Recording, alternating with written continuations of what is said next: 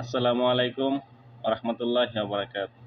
আসসালামু আলাইকুম হুজুর, আপনার শিক্ষাগত যোগ্যতা জানতে চাই। ধরো যে কিছুই নাই,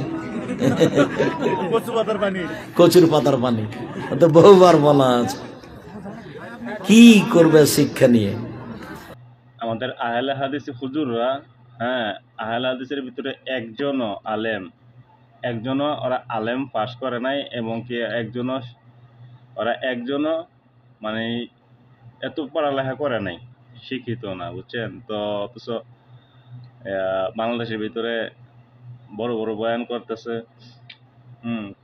ওরা নিজের মুখে স্বীকার করছে যে ওরা শিক্ষিত না। হ্যাঁ, মাদ্রাসাতেও কোনো সময় যায় নাই। তো যে লোক মাদ্রাসা যায় নাই, তো তারা এত বড় আলেম ডক্টর কিভাবে হয় আমি বুঝি না। তো অবশ্যই দেখবেন, অনেকগুলা আহলে হাদিস হুজুরদের ভিডিও আছে। প্রত্যেকটি হুজুরই নিজের মুখে স্বীকার করছে যে আমরা মাদ্রাসাত করি নাই। তো দেখে নেবেন মাদ্রাসাত না করে কিভাবে বড় ডক্টর মাওলানা হওয়া যায়, দেখেন। আপনি কিভাবে লেখাপড়া করেছেন দয়া করে আমাদের জন্য একটু বলবেন। এটা কি প্রশ্ন করলেন? আমি তো লেখাপড়া করেছি, এটা কি মনে হয়?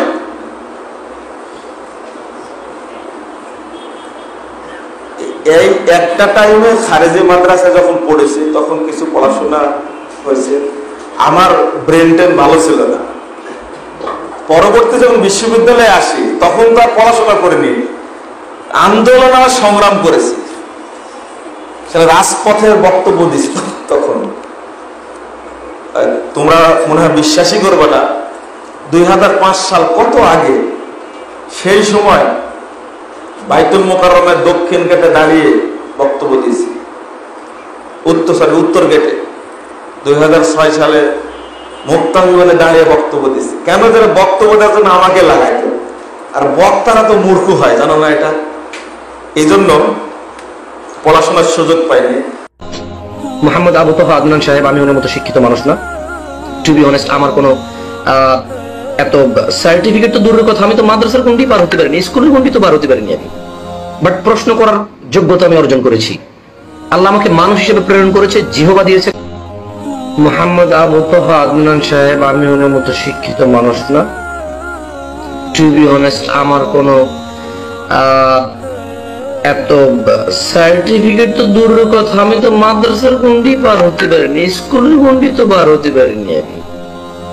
বাট প্রশ্ন করার যোগ্যতা আমি অর্জন করেছি। আল্লাহ আমাকে মানুষ, আমি বড় কোনো বিজ্ঞ আলেম তো নই, আর না আমার কোনো সার্টিফিকেট আছে।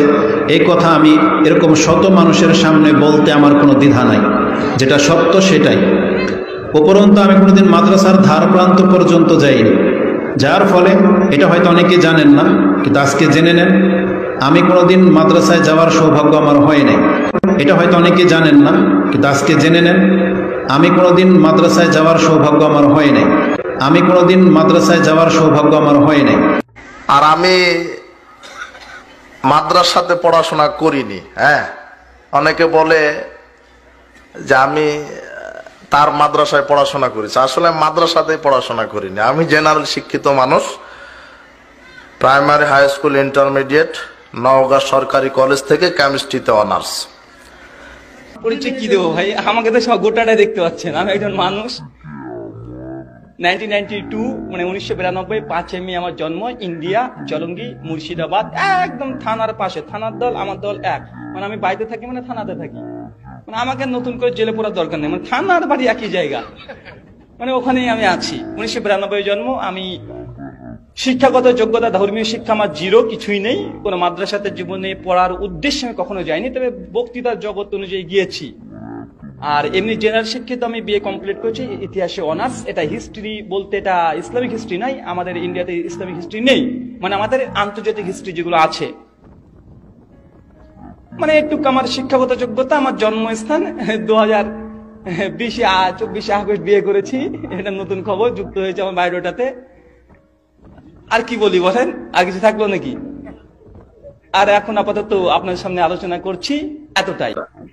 এই সালাফে নামক জাহেলদের থেকে আল্লাহ হেদায়েত দান করে।